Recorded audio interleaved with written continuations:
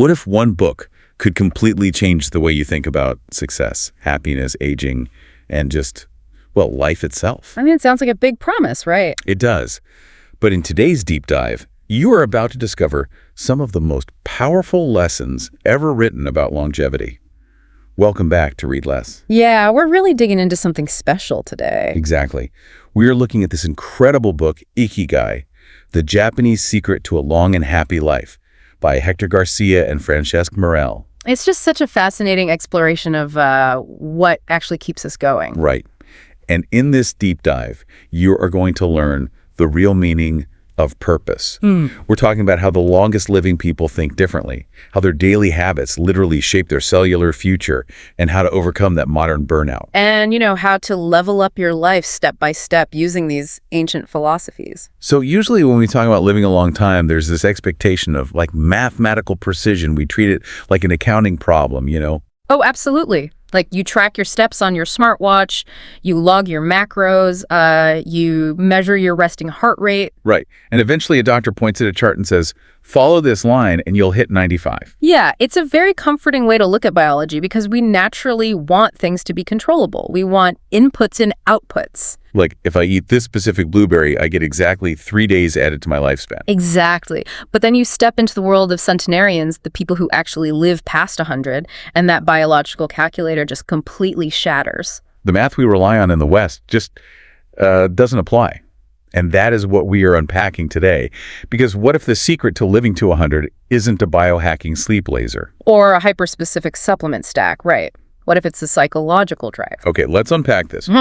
Because when you look at the populations with the highest concentrations of centenarians, you don't find people obsessing over spreadsheets of their health metrics. No, not at all. In Ikigai, Hector Garcia explains that you actually find a philosophical and social infrastructure that most modern people are completely missing. And the Japanese have a very specific word for it, right? Yeah, Ikigai. There isn't a direct English translation for it, actually. Which is always fascinating. Right. But Hector Garcia notes that it roughly translates to the happiness of always being busy. But not busy with busy work. No. And Francesc Miralles points out it's more like the intersection of what you are passionate about, what you are good at, what the world needs, and what you can be paid for. It is the core reason you choose to get out of bed in the morning. Exactly. It's your driving force. So if we're going to understand how a psychological concept like Ikigai literally dictates cellular aging, we have to look at the geographical reality of where this is happening. Right. And in the book, the authors look heavily at Dan Buettner's blue zones. Those are the 5 distinct regions on Earth where people statistically live the longest, healthiest lives. You've got Sardinia in Italy, Loma Linda in California, the Nicoya Peninsula in Costa Rica, and the island of Icaria in Greece. But taking the absolute first place prize is Okinawa, Japan. Yeah, and even within Okinawa, Garcia and Miralles narrow in on a very specific remote place. Oh, right. It's a rural town on the north end of the island, right? Yeah, Ogimi. The population is only about 3,000 people. Wow, that's tiny. It is. But it boasts the highest life expectancy in the entire world. It's literally referred to as the village of longevity. So when researchers arrive there, they're usually looking for a purely environmental cause, I assume. Like, is there something in the groundwater? Right, or a hyper-specific microclimate. And the climate is subtropical and pleasant, kind of like Hawaii. But in Ikigai, the authors explain they found something that completely eclipsed the physical environment. Exactly. They found a culture that has literally no concept of retirement. Wait, really? None at all? None. There is no word in their dialect that means retiring in the sense of permanently leaving the workforce and just stopping your life's work. Because if you possess an Ikigai, a purpose that brings value to your community and joy to yourself, the idea of arbitrarily stopping that at age 65 is fundamentally absurd to them. Right. Why would you permanently cease doing the thing that gives your life meaning? That makes so much sense. They just continue to do what they love in whatever capacity they can for as long as their physical health allows. Yeah, but this individual purpose doesn't exist in a vacuum. It is deeply supported by a community framework known as the moai. The moai is such a fascinating concept. Originally, this started centuries ago during incredibly difficult economic times, right? Yes. Farmers would form these close-knit, informal groups to share agricultural best practices and financially float each other to survive bad harvests. So it was a literal survival mechanism against starvation. Exactly. But today, Hector Garcia explains the Moai functions as a dedicated, lifelong support group. How does it actually work in practice? Well, the mechanics are simple but profound. Members of a Moai make a set monthly financial contribution to the group. Okay, so everyone chips in. Right. That money is used to fund shared activities, hosting dinners, playing games like shogi, maintaining shared hobbies. But the critical part is that any surplus money is given to one member of the group on a rotating basis. Right? Yeah, exactly. Wait, so they just pool their money to hang out and play games? Yeah. That sounds a bit like a pyramid scheme for friendship. I mean, it sounds unusual to a Western ear, absolutely. But think about the psychological weight it lifts. How do you mean? If someone falls on hard times or has an unexpected medical bill, they can get an advance from the group's savings. I see. The financial security is beneficial, but Francesc Miralles believes the emotional stability it provides is the real medicine. The absolute certainty that you have an unbreakable safety net of people who genuinely care about your daily well-being. Yeah, and that drastically reduces the chronic anxiety that plagues modern society. I want you, the listener, to really think about that for a second. Do you have a Moai? It's a tough question for a lot of people. It really is. We live in an era where we might have thousands of connections on social media, but if our car breaks down at 2 a.m., or we have a severe emotional crisis, we might not have a single person we feel comfortable calling. And that's exactly it. The residents of Ogimi have engineered a permanent antidote to modern loneliness. Just a quick reminder, if you enjoy powerful deep dives like this, make sure to subscribe to Read Less. We love bringing these insights to you. So what's fascinating here is that while the social safety net keeps them incredibly secure, the individual mind still has to generate the desire to wake up every single morning. Right. A supportive community can catch you when you fall, but it cannot live your life for you. Exactly. The individual mind still dictates how the physical body interacts with the passage of time. And that contrast between the active, engaged mind of a centenarian and the biological toll of the modern Western lifestyle is staggering. It really is. In the book, the authors dive into this modern biological toll. Science is currently obsessed with life extension through technology. Yeah, they touch on this concept of aging's escape velocity, right? Yes, there's a thought experiment they use. Imagine a rabbit holding a sign with your inevitable date of death walking into the future. Okay, I'm picturing it. Every chronological year you live, the rabbit takes a step further away. The speed of that rabbit represents our medical and technological advancements. So right now, on average, human life expectancy increases by about a third of a year for every year that passes. Right. The escape velocity theory suggests that if medical technology advances to the point where it adds 1 full year of life expectancy for every year we age, the rabbit is moving at the exact same speed as we are. Which means you never catch the rabbit. Biological immortality. Basically. Are we actually close to that, or is that purely science fiction? Well, futurologists like Ray Kurzweil believe we'll hit that velocity within decades. But many cellular biologists argue there is a hard biological limit somewhere around 120 years. Where human cells simply lose the ability to regenerate, regardless of technological intervention. Exactly. But putting future immortality aside, Hector Garcia points out that the reality of cellular aging today is heavily dictated by 2 massive, distinctly modern killers. Chronic stress and a sedentary lifestyle. You got it. The contrast the research draws between early human cave dwellers and us is incredibly revealing. Oh, I love this part of the book. Think about a cave dweller experiencing stress. A saber-toothed tiger jumps out of the brush. It is absolute immediate terror. Yeah, the brain sounds a massive alarm.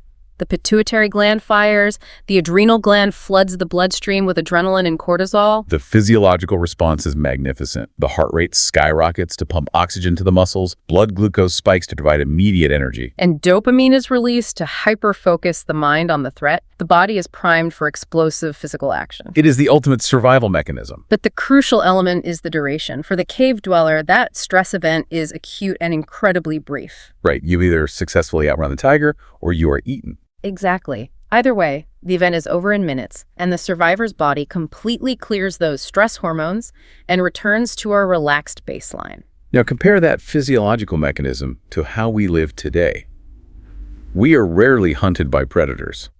Right, but our primitive brain structures haven't evolved to differentiate between the threat of a tiger and the threat of a hostile email from our boss at 10 p.m. We are perpetually online, Our smartphones are constantly vibrating with notifications, breaking news alerts, and social demands. And every single one of those pings is interpreted by the amygdala as a micro-threat. So instead of one massive spike of cortisol that quickly dissipates, we are constantly marinated in a low-grade stream of stress hormones. We never get to return to the baseline. We are living our entire lives in a chronic state of low-level emergency. And the biological cost of that chronic state is devastating.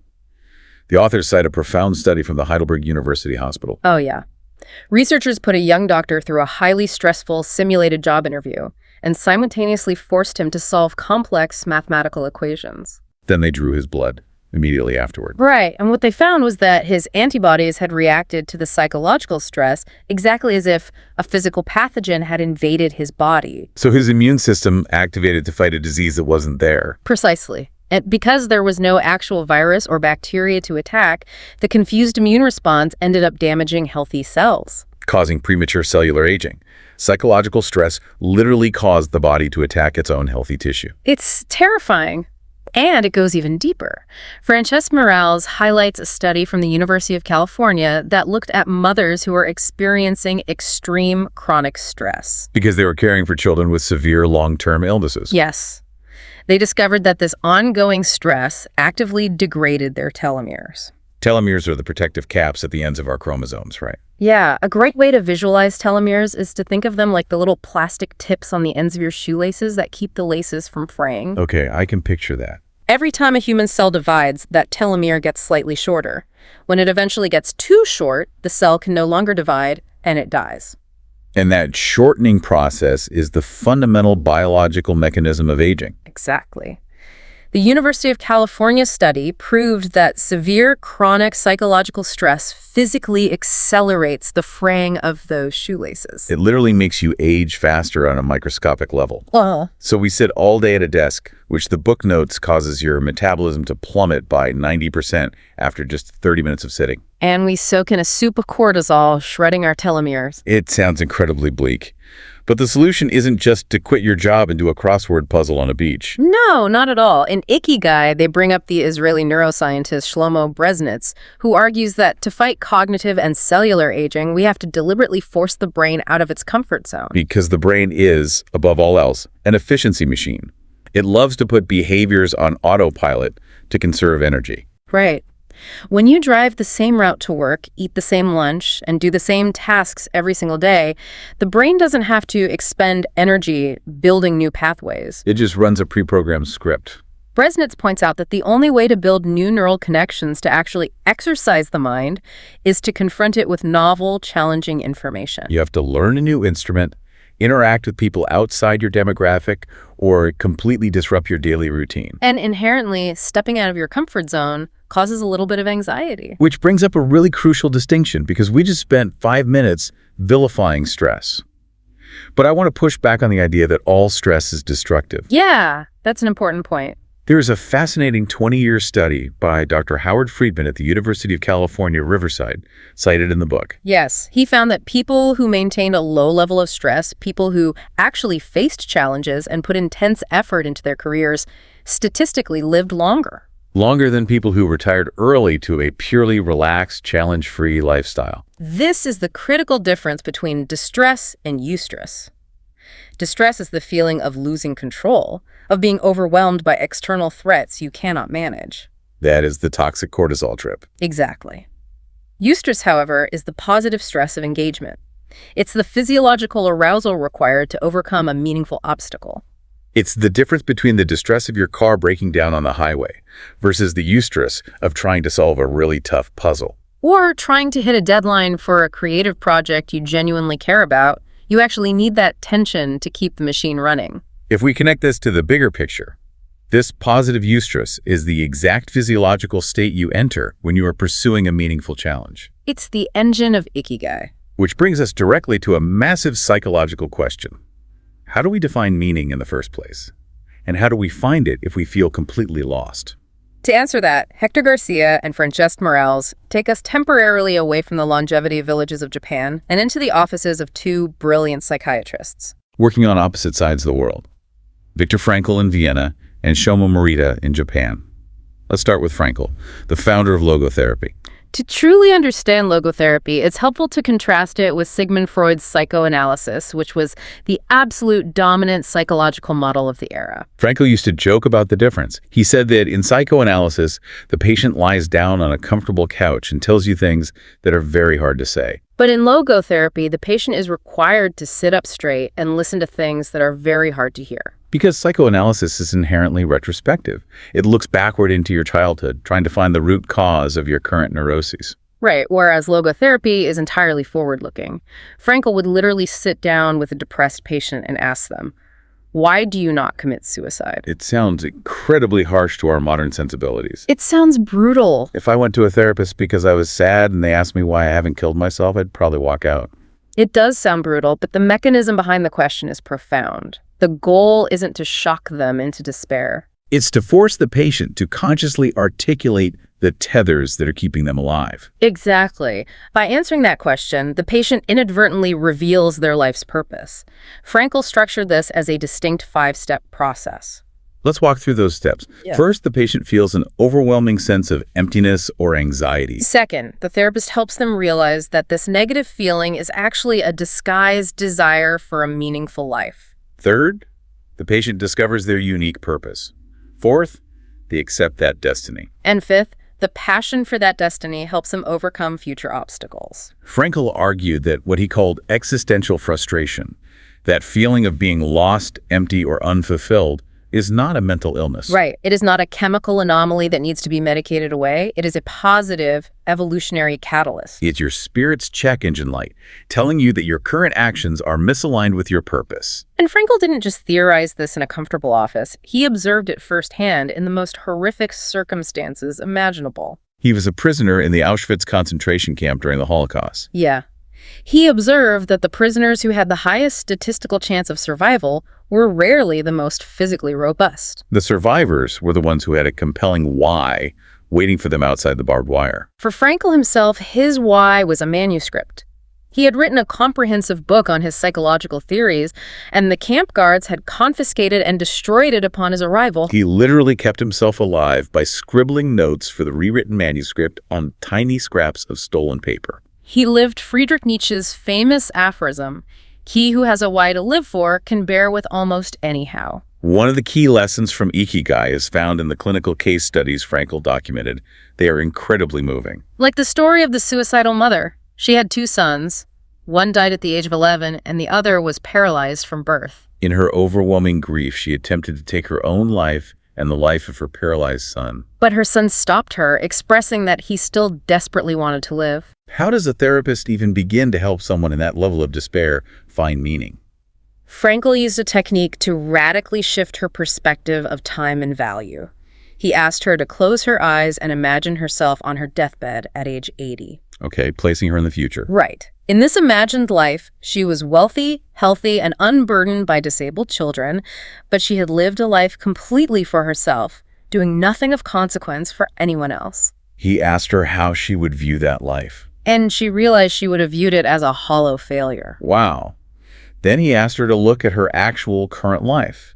She realized she had dedicated every ounce of her physical and emotional energy to giving her paralyzed son a chance at a good life. Suddenly, her immense suffering wasn't just random pain. It was a testament to her profound love. She didn't need to invent a new meaning. She just needed to recognize the meaning that was already permeating her suffering. There's also the case of the grief-stricken doctor who could not get over the death of his beloved wife. He was completely paralyzed by mourning. Frankl didn't prescribe him anti-anxiety medication. He just asked the doctor a hypothetical question. What would have happened if you had died first and your wife had survived you? The doctor was horrified. He said his wife would have suffered terribly, that she wouldn't have been able to bear the grief. And Frankl simply replied, "You see, doctor, you have spared her all that suffering, but the price you have to pay is to survive and mourn her."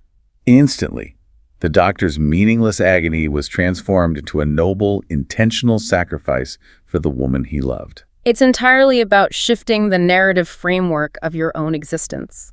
Now, while Frankl was developing logotherapy in Europe, a psychiatrist named Shoma Morita was developing his own purpose-centered therapy in Japan. But Morita therapy takes a wildly different approach to dealing with the actual emotions we feel. This is where it gets really counterintuitive for a Western audience. In the West, We're utterly obsessed with controlling how we feel. Right. If we feel anxious, we download an app with a breathing technique to stop feeling anxious. If we feel sad, we look for a behavioral intervention to force happiness. Miralles therapy says, stop trying to control the uncontrollable. Miralles used a brilliant analogy of a donkey tied to a post. The donkey is afraid of something in the distance and wants to escape. So it runs furiously around the post. But all that frantic movement does is tangle the rope tighter and tighter until the donkey is completely immobilized against the wood. When you try to aggressively escape or suppress your obsessive thoughts or your fears, you just tie yourself into psychological knots. Because the act of trying not to think about your anxiety forces you to focus entirely on your anxiety. Exactly. Miralles taught that we do not create our feelings. They simply happen to us. He compared human emotions to the weather. You cannot control whether it rains today.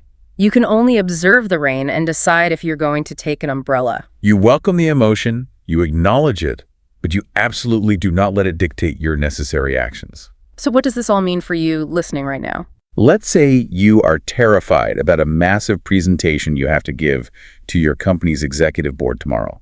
Your chest is tight. Your palms are sweating. A Western therapeutic approach might say, let's do some deep box breathing exercises to reduce your heart rate so you can calm down and write the presentation. Miralles therapy says, cool, you're anxious, your heart is racing. That's entirely fine. Now take your anxious, racing heart, sit down at the computer, and write the presentation. Your feelings are the weather, but you still have to walk to work. You focus entirely on the action, and you trust that the emotions will eventually run out of energy and catch up. To train this mindset, Miralles built an incredibly rigorous 4-phase program. The first phase is essentially a psychological reset, right? Yes. The patient undergoes 5 to 7 days of complete isolation. You lie in a room, no television, no books, no internet, no conversation, no writing, just you and your thoughts. That sounds like torture. It is intensely difficult. You are forced to observe your emotions rising, peaking, and falling away without any external distraction to soothe you. You do this until you become so incredibly bored that you actively crave productivity. You actually want to do something. Then, in phase 2, they introduce light occupational therapy. You are allowed to write in a diary or perhaps do simple repetitive gardening, but still in complete silence. Phase 3 introduces harder physical labor, like chopping wood or intense agricultural work. And by the time the patient reaches phase 4 and re-enters normal social life, they are completely grounded in action. They have learned that they can chop wood perfectly well, whether they are feeling joyous or depressed. Exactly. They become unbothered by the passing storms of their own emotional state. Both Frankl and Miralles are ultimately pointing to the exact same truth. You must find your Ikigai, and you must commit to the actions that fulfill it, regardless of the emotional friction you experience in the moment. But this raises an important question. Once you figure out what your purpose is, how do you execute it in a way that brings the kind of joy and longevity we see in Okinawa? And that is where the concept of flow enters the chat. In Ikigai, the authors lean very heavily on the work of psychologist Miralles. He dedicated his career to studying the state of being so completely immersed in an activity that your sense of time just vanishes. We've all experienced glimpses of this. You sit down to write code or paint a canvas or surf a wave or even play a complex video game. Suddenly, 3 hours have evaporated, you forgot to eat lunch, and your sense of ego, your self-consciousness, and daily worries has completely dissolved. You essentially become the activity itself. Bruce Lee famously called it being water. Csikszentmihalyi calls it flow, and he identified 7 very specific conditions required for the human brain to achieve this state. Let's focus on the absolute deal breakers. First, you need a task that is difficult, but not too difficult. If the task is too easy, your brain gets bored and seeks distraction. If it's too hard, you get frustrated and anxious. The task has to sit perfectly on the outer edge of your current ability, forcing you to stretch your skills just a little bit. Second, you need a clear, concrete objective. And third, and this is where modern society utterly fails, you need to be entirely free from distractions. Flow requires the absolute destruction of multitasking. It is biologically impossible to enter a state of flow if you are context switching. We love to tell ourselves that we are highly efficient multitaskers. We believe we can draft an important email, listen to a podcast, and keep an eye on a team message board all at the same time. But neurologically, human brains do not possess the architecture for parallel processing complex cognitive tasks. We're not doing three things at once. Our brain is just rapidly switching its focus back and forth between the three things. And the cognitive tax of that rapid switching is devastating, isn't it? The authors bring up a brilliant study from Stanford University by a researcher named Clifford Nass to prove this. They took two groups of students. Heavy multitaskers, people who constantly juggle multiple screens and apps, and light multitaskers. They put them in front of a screen displaying a mix of red and blue arrows. Yeah. The instruction was incredibly simple. Just count the red arrows. It sounds like a task a kindergartner could do, and initially, both groups performed perfectly. But the researchers started manipulating the test. They began adding more and more blue arrows, distractor arrows, to the screen. As the screen became cluttered with irrelevant information, the heavy multitaskers completely fell apart. Their accuracy plummeted, and their reaction times slowed to a crawl. Why did the people who practice multitasking every day fail at a complex visual task? Because by constantly multitasking in their daily lives, they had literally trained their brains to pay attention to every new stimulus. They had systematically destroyed their brain's natural ability to filter out irrelevant information. Every time a blue arrow appeared, their brain couldn't ignore it. It had to process it. The light multitaskers, the people who live their lives focusing on one thing at a time, effortlessly ignored the blue arrows and rapidly counted the red ones. The studies referenced in the book show that chronic multitasking drops your productivity by 60%, and it actually temporarily lowers your functional IQ by more than 10 points. You are voluntarily putting yourself in a state of constant low-grade cognitive panic. Flow is the exact opposite of that panic. Flow is absolute order and peace. What's fascinating here is how the Japanese culture has elevated the pursuit of this flow state into an art form. They revere a concept called the takumi. Right. These are master artisans who dedicate their entire lives, decades upon decades, to perfecting one highly specific craft. They design their lives to achieve a state of permanent flow. And it isn't always what a Westerner would consider high art, like painting or sculpture. Hector Garcia and Francesc Miralles tell this incredible story of visiting a town called Kumano. Kumano produces the most famous, high-end makeup brushes in the entire world. They take a tour of this factory, and deep inside, they finally find the master takumi hidden away in a small, beautifully lit room. She's wearing a mask, so only her eyes are visible. Her sole job is sorting the individual animal bristles that will go into the brushes. Her hands are moving with such incredible fluid speed and grace, wielding scissors and tiny combs, that the authors note they couldn't even capture her movements on a standard camera. They had to use extremely fast shutter speeds just to avoid a blur. Every single bristle of every single brush that global company produces passes through her specific hands. She is completely absorbed in the sophisticated complexity of a seemingly simple task. We see the exact same dedication in the culinary world. If you've ever seen the documentary Jiro Dreams of Sushi, Jiro has been making sushi for over 80 years. His apprentices spend years just learning how to make the tamago, the thin, sweet egg omelet, before they are even allowed to touch the valuable fish. They don't get bored because making perfect sushi is their Ikigai. They find endless fractal complexity in the simplicity of the act. Steve Jobs was famously obsessed with this level of dedication. He visited Japan repeatedly and became captivated by a takumi named Yukio Shakunaga, who was a master of a very specific type of porcelain. Shakunaga didn't just order clay from a supplier. He personally hiked into the mountains in the Toyama prefecture to extract the white porcelain from the earth himself. He controlled every single variable of the process, from the raw dirt to the final teacup. Jobs bought dozens of his pieces because he recognized a kindred spirit, that absolute, uncompromising dedication to the flow state. And perhaps the most extreme, beautiful example of this is Hayao Miyazaki, the legendary director behind Studio Ghibli. He creates these incredibly pure, hand-drawn, animated films. While other studios moved entirely to computer animation, Miyazaki achieves flow with a pencil and paper. The authors note that it is completely normal to find Miyazaki at the animation studio on national holidays, entirely alone, just drawing. The man literally held a press conference to announce his official retirement.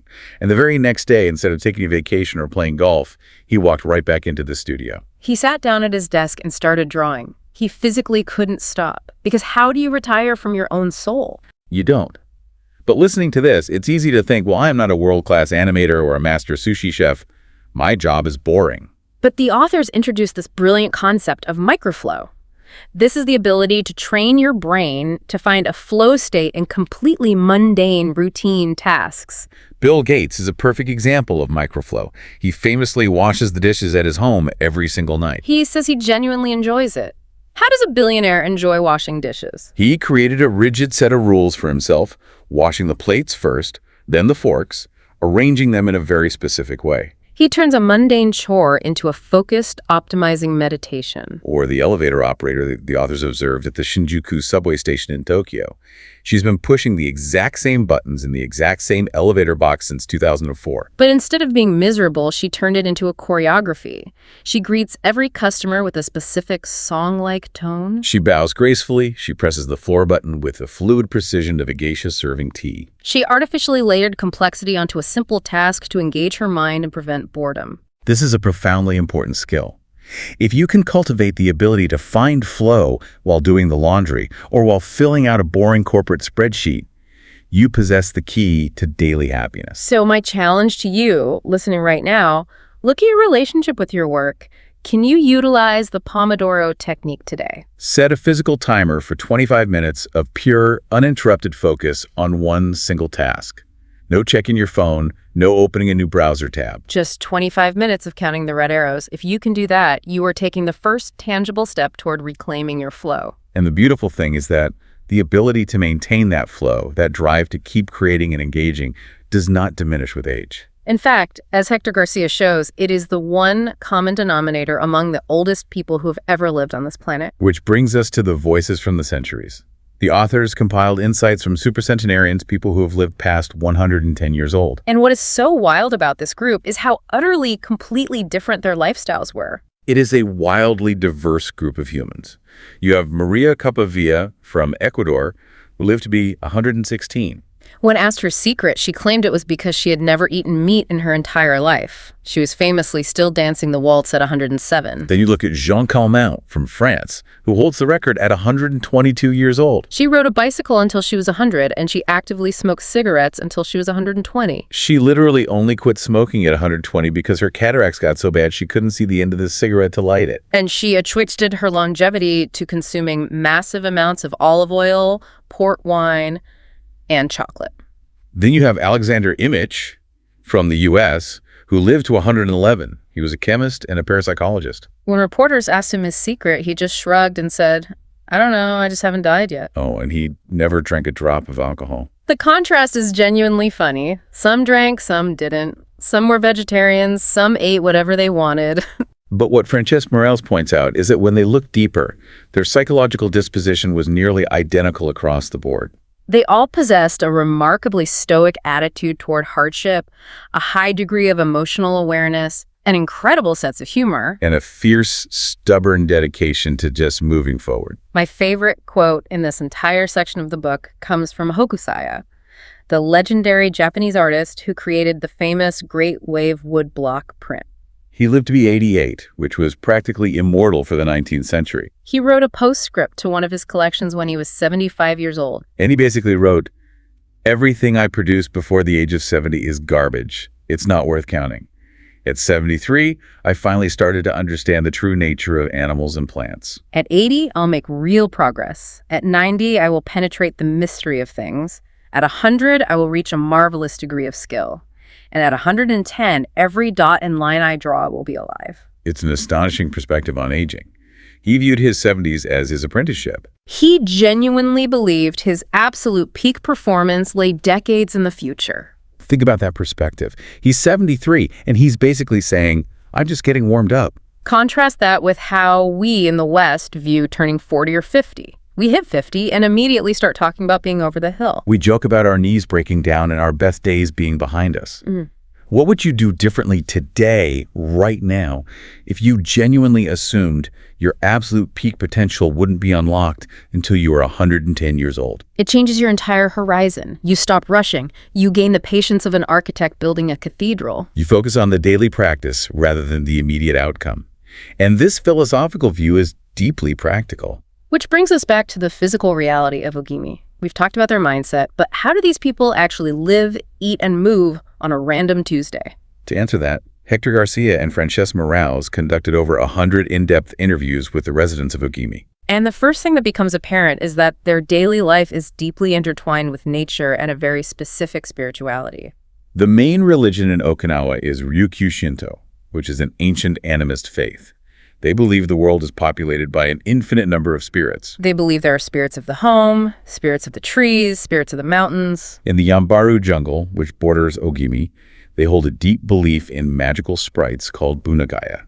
These are described as mischievous, red-haired, childlike spirits who love the rivers and the trees. The cultural belief is that to befriend the Bunagaya and ensure good fortune, you have to show absolute reverent respect for nature.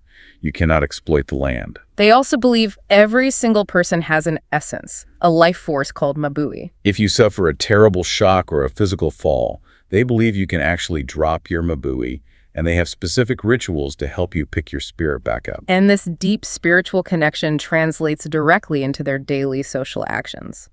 There is a pervasive spirit of yumaru, which means teamwork. The authors tell a beautiful story of observing a local man building a new house, but he wasn't doing it alone, and he hadn't hired a giant construction firm. The entire neighborhood was there hammering nails and raising beams. They volunteer constantly. The local government essentially just assigns community tasks, cleaning the roads, maintaining the gardens, and everyone pitches in so everyone feels useful and necessary. And then there is the food, the Ikigai diet. The statistics on the Okinawan diet are mind-blowing. Cardiologist Makoto Suzuki studied this extensively. He found that Okinawan centenarians eat an astonishing 206 different foods on a regular basis. They average 18 completely different foods in a single day. Think about how radical that is compared to the modern Western diet. In the West, a person might eat the exact same heavily processed breakfast cereal every morning and the exact same turkey sandwich every day for lunch. The Okinawans are eating a vast, biodiverse rainbow of nutrients. Over 30% of their daily calories come directly from vegetables. They consume very little sugar, and when they do, it is natural, raw cane sugar. They eat fish perhaps 3 times a week, and meat, like pork, is reserved only for rare festivals. But Francesc Miralles makes it clear that it's not just what they eat, it's how they eat it. They practice a concept called hara hachi bu. It translates roughly to fill your belly to 80%. This is perhaps the most powerful physiological intervention in the entire book. Eating to 80% full is incredibly difficult if you were raised in a Western culture. We are culturally conditioned to clear our plates. Your parents tell you, don't leave the table until the food is gone, right? We eat until we literally feel stuffed, until the stomach is painfully distended. It's the equivalent of putting exactly enough gas in your car for the trip versus overfilling the tank until gasoline is literally spilling down the side of the car. That gas tank analogy is biologically accurate. Mm-hmm. Let's look at the mechanism of overeating. When you consistently eat to 100% or 110% capacity, you exhaust your body. The digestive process takes an enormous amount of cellular energy. When you overtax that digestive engine, it runs hot, and it creates a massive amount of free radicals. These free radicals bounce around and damage your healthy cells, a process called cellular oxidation. So by constantly overeating, we're literally rusting our cells from the inside out. Exactly. Furthermore, by restricting calories just slightly with harahachi-bu, you significantly reduce the levels of IGF-1 in your bloodstream. IGF-1 stands for insulin-like growth factor 1. High levels of IGF-1 are heavily linked to the rapid aging process and the development of cancer. By stopping at 80%, the Okinawans keep their IGF-1 levels remarkably low, preventing their cells from over-proliferating. And they use a brilliant psychological trick to make this 80% rule easy. When you go to a restaurant in Okinawa, you aren't handed one massive overflowing plate of pasta. Your meal is served on 5 tiny separate plates. A little bit of rice here, a small portion of vegetables there, a tiny bowl of miso soup. Visually, your brain looks down at the table and registers an absolute feast. It sees 5 plates and signals abundance. But calorically, you are eating far less than you would from one large plate. And what is on those tiny plates is engineered for longevity. They consume massive amounts of natural antioxidants, which are the compounds that neutralize those damaging free radicals we talked about. They eat tofu, sweet potatoes, and a specific sea kelp called kombu. We also have to talk about what they are drinking. The authors highlight 2 specific liquids. First, they drink an average of 3 cups of sanpincha every single day. It's a localized blend of green tea and jasmine flowers that has been shown to lower cholesterol and strengthen the immune system. And then there's the shikawasa. The shikawasa is fascinating. It's a small, incredibly acidic citrus fruit native to the island. It tastes like a sharp mix between a lime and a mandarin orange. All citrus fruits contain a flavonoid called nobiletin, which is a powerful antioxidant proven to protect against arteriosclerosis and type 2 diabetes. But Hector Garcia points out the shikawasa fruit contains 40 times as much nobiletin as a standard orange. It's an antioxidant cannon, so they are fueling their bodies with absolute precision, eating just enough to run the engine efficiently, and soaking their cells in nobiletin. But while they are incredibly mindful of what goes into their bodies, their approach to physical fitness completely contradicts our modern workout culture. If you look across all the blue zones, you will not find the longest living people in the world running marathons. You will not find them doing extreme CrossFit routines or lifting heavy weights to muscular failure. In fact, intense, strenuous exercise creates massive oxidative stress in the body. It forces the body to constantly repair major cellular damage. What the Okinawans do is engage in constant low-intensity movement. They just never stop puttering. They're walking to their neighbor's house. They're crouching down to weed their vegetable gardens. They are walking to the market. They are playing gate ball, which is a highly social game, similar to croquet with their friends. It really is the tortoise and the hare approach to physical fitness.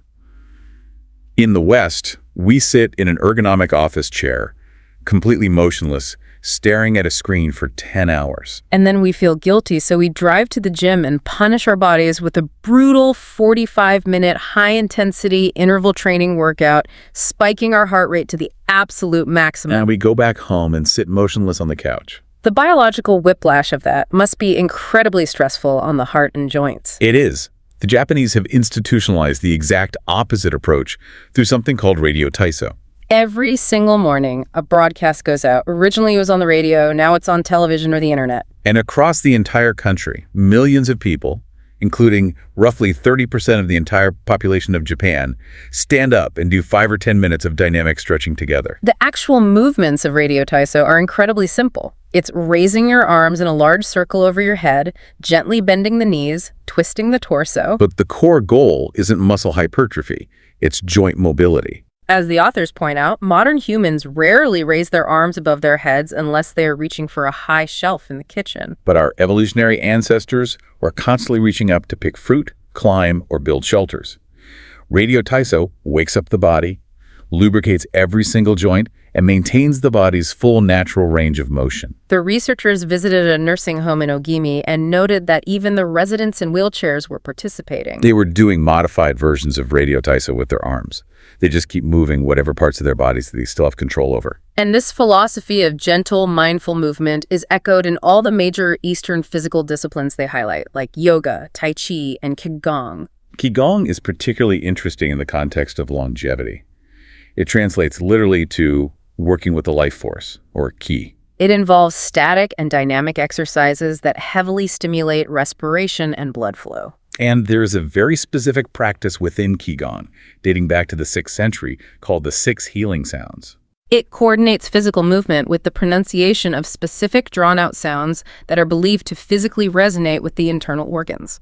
So you are literally vocalizing your exhale to create a vibration. You make a deep sighing shh sound to resonate with the liver, a yawning sound for the heart, a forceful chewy for the kidneys. From a Western medical perspective, what they're actually doing is stimulating the vagus nerve through vocal cord vibration, which physically commands the parasympathetic nervous system to calm down. They're using sound to literally lower their cortisol levels. If we connect all of this, the diet, the gentle movement, the breathing, it paints a picture of a highly effective, incredibly gentle lifestyle. But life itself is not always gentle. Tragedies happen. Typhoons hit the island. People lose their life savings.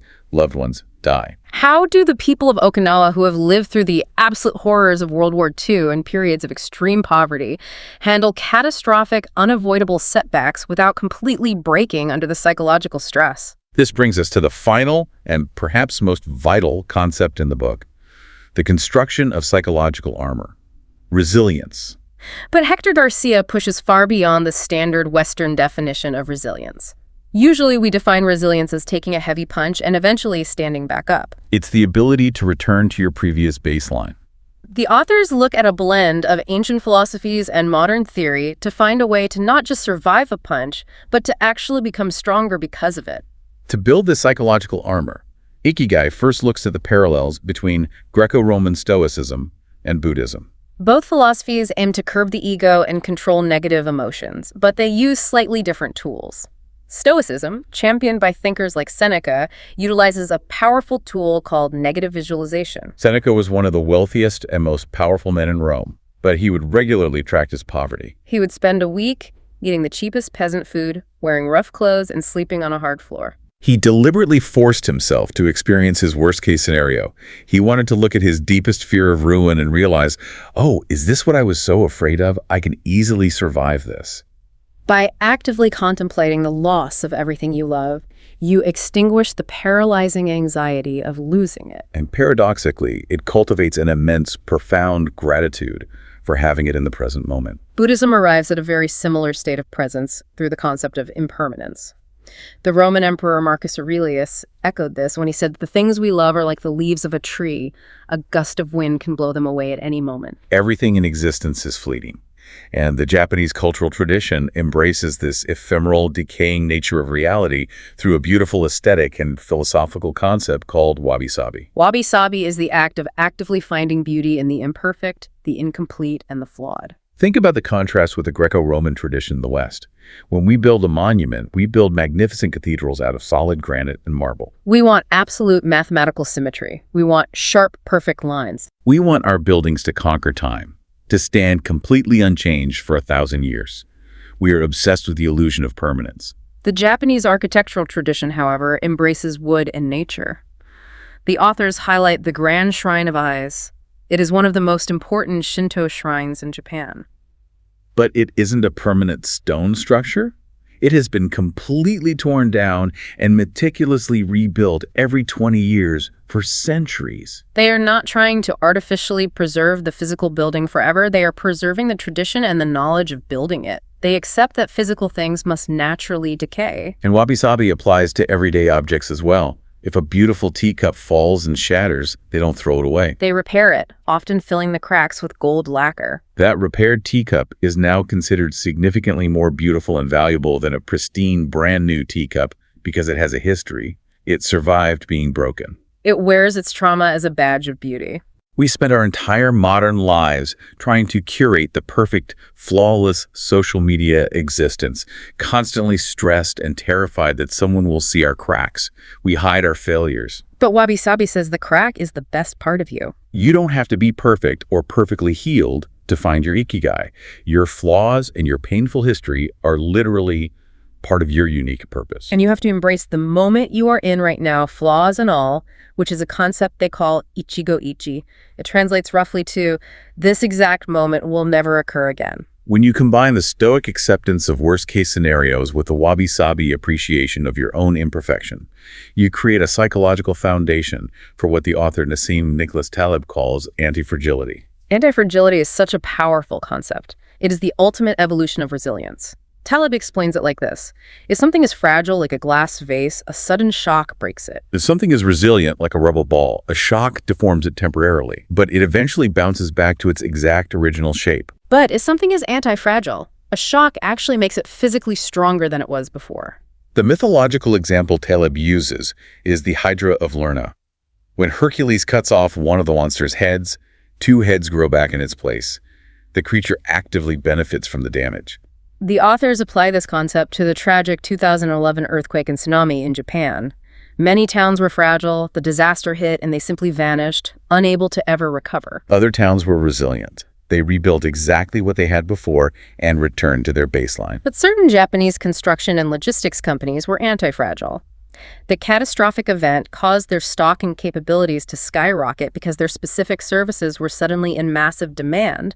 They gained strength from the disorder. So the ultimate question is, how do you make your own life anti-fragile? You do it by creating calculated redundancies. If you rely entirely on one salary from one highly demanding corporate job, and your boss unexpectedly fires you on a Tuesday, you are fragile. You are broken. But if you have a primary job, and a small side hustle you genuinely love doing, and you invest a little bit of time volunteering, and you have money diversified in different places, you have redundant streams of income, identity, and purpose. The centenarians in Ogimi are inherently naturally anti-fragile. Francesc Miralles noted that every single senior they interviewed had a primary occupation and a secondary one. They might be a retired school teacher, but they also meticulously tend a vegetable garden and sell their unique produce at the local market. They have their immediate family, but they also have their moai, their deep, unbreakable friend group. If one pillar of their life shakes if the harvest is bad, or a family member moves away, the other pillars effortlessly hold them up. And the stress actually forces them to lean into their secondary passions even more, making them stronger. You bet conservatively in the big areas of your life to ensure survival, but you take many small, asymmetric risks in others. You try new hobbies that you might be terrible at.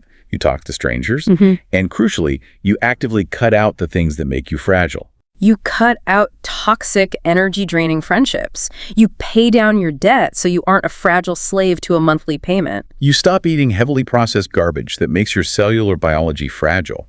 You construct a life that doesn't just survive the storm, but actually uses the wind to turn its windmills. It is a profound shift in perspective. You stop fearing adversity, and you start viewing it as the necessary, unavoidable fuel for your own growth. Which brings our journey through this book full circle. We've traveled from the microscopic science of telomeres and cellular oxidation to the quiet, intense focus of the Takumi masters sorting bristles, through the spiritual jungles of Ogimi and into the philosophy of the Hydra. So let's distill all of this wisdom down. Hector Garcia and Francesc Miralles leave us with 10 specific rules of Ikigai, synthesized directly from the daily lives of the elders of Okinawa. If we look at these not as a checklist, but as a holistic lifestyle, the first rule is to stay active and don't retire. Keep bringing value to the world in whatever capacity you can. The second is to take it slow. Leave the modern panic of urgency behind. The third is the biological rule. Don't fill your stomach. Practice hara hachibu and eat to only 80% capacity to save your cellular engine. The fourth is to surround yourself with good friends, to consciously build your moai. The fifth rule is to get in shape for your next birthday. Not by running a marathon, but by moving gently and consistently every single day, like Radio Taiso. The sixth rule is simply to smile, to physically recognize and project the privilege of being alive. The seventh is to reconnect with nature, to respect the Bunagaya. The eighth is to give thanks to your ancestors, to the food on your plate, to the friends who support you. The ninth rule is to live in the moment, ichigo ichi. Recognize that today is literally all you have. And finally, the 10th rule. Follow your Ikigai. There is a passion inside you, a unique talent or drive that gives meaning to your days. If you don't know what it is yet, your immediate mission is to discover it. I want you, the person listening to this right now, to evaluate your own life against those 10 rules. Which one are you neglecting the most? Are you eating until you're physically stuffed every night? Are you rushing through your day in a constant cortisol-soaked state of panic? Are you isolated? Identify the crack in your teacup and start your repair work right there. And I want to leave you with a final thought to mull over. The people of Ogimi have a massive structural advantage. They have their moai, they have their physical, walkable village, and they have centuries of cultural heritage that inherently supports their Ikigai. But you are likely listening to this in a highly digital, often isolated, and incredibly fast-paced modern environment. You probably don't live in a subtropical village where everyone knows your name and helps you build your house. Precisely. So if you don't have a physical village, how do you construct a digital or psychological Ogimi for yourself? Who are the 3 specific people you can text right now to start building your own moai? How do you intentionally carve out an anti-fragile community when the modern world is constantly trying to keep you isolated, fearful, and distracted? That is the real challenge of our era. The biological calculator? The simple equation of counting calories and steps, it's broken. The true secret to longevity isn't just about preserving the physical body so it can exist longer in a state of boredom. It's about finding a purpose so incredibly compelling that the body has no choice but to keep up.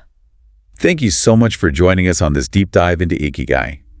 If you enjoyed this audiobook-style summary, make sure to subscribe to Read Less, like this video, and share it with your friends. You really appreciate you spending your time with us. See you in the next powerful deep dive. Go find your Ikigai today.